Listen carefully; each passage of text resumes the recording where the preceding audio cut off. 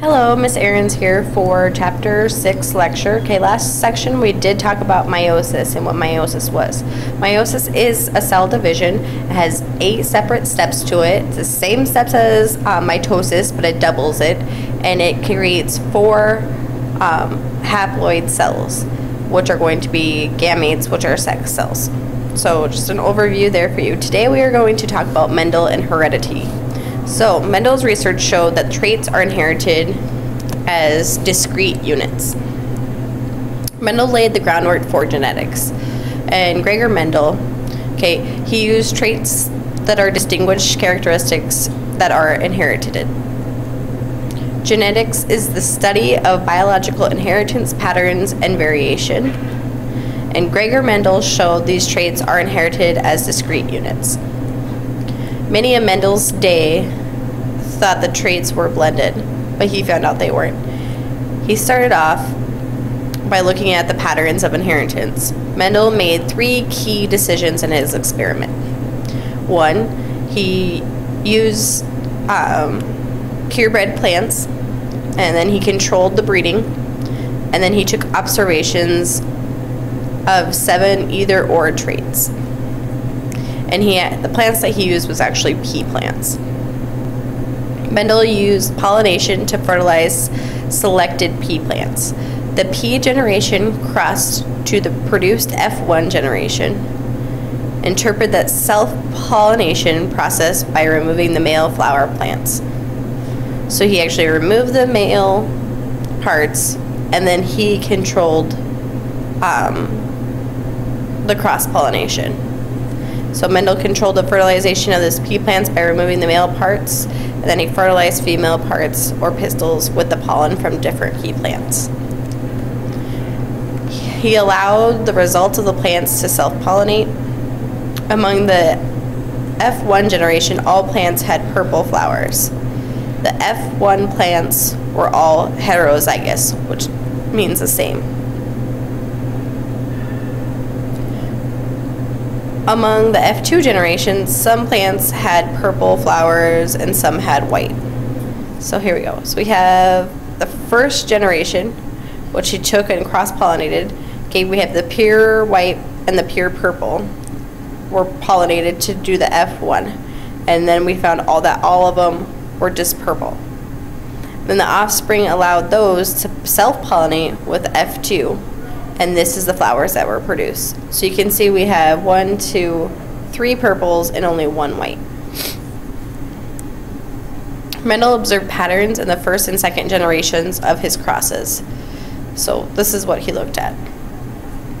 So he looked at the F2, the shape, color, flower color, pod shape, pod color, flower position, and plant height. Dominant traits, recessive traits, and then the ratio.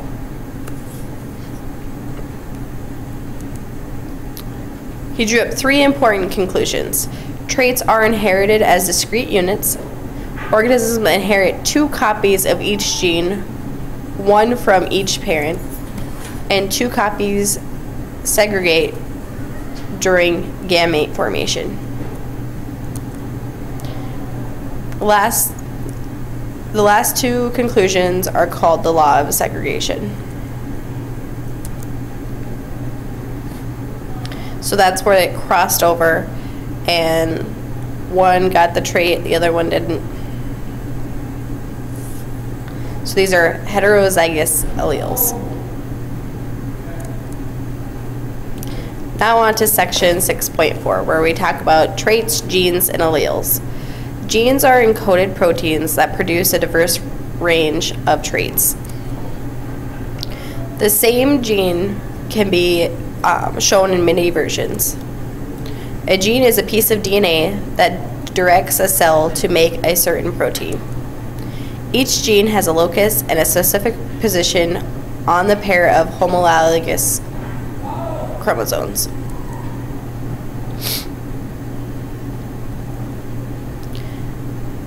An allele is an alternative form of a gene occurring at a specific locus on a chromosome. Each parent donates 1 allele for every gene. Homozygous describes two alleles that are the same at a specific locus. Heterozygous describes two alleles that are different at a specific locus. So homozygous here, they're the same. Heterozygous here, and they are different. You will need to know these two vocab words for your test. Genes influence the development of traits. All organisms' genetic material are called a genome. A genotype refers to the makeup of a specific set of genes. A phenotype is the physical expression of the trait. So I always remember pheno, physical, they both start with P's. Alleles can be represented by using letters. A dominant allele is expressed as a phenotype when at least one allele is dominant. A recessive allele is expressed as a phenotype only one copies are present. Dominant alleles are represented by uppercase letters. Recessive alleles are represented by lowercase. So we have one here. So if I was going to do the dominant alleles here, so I'd use a capital W for the wrinkled and a lowercase w because it's recessive for that, and a capitalized W for the round. And then here I would do a lowercase w and a lowercase w for making Punnett squares, which we're going to get to that tomorrow. Both homozygous dominant and heterozygous genes yield a dominant phenotype. Most traits occur in a range and do not follow simple dominant recessive patterns.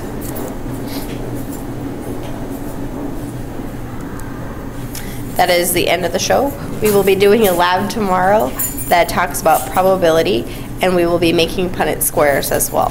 If you have any questions, just let me know. This was pretty much just all based on your vocab. So the two conceptual understandings are just going to be helping you organize your vocab words. Thank you and have a good day.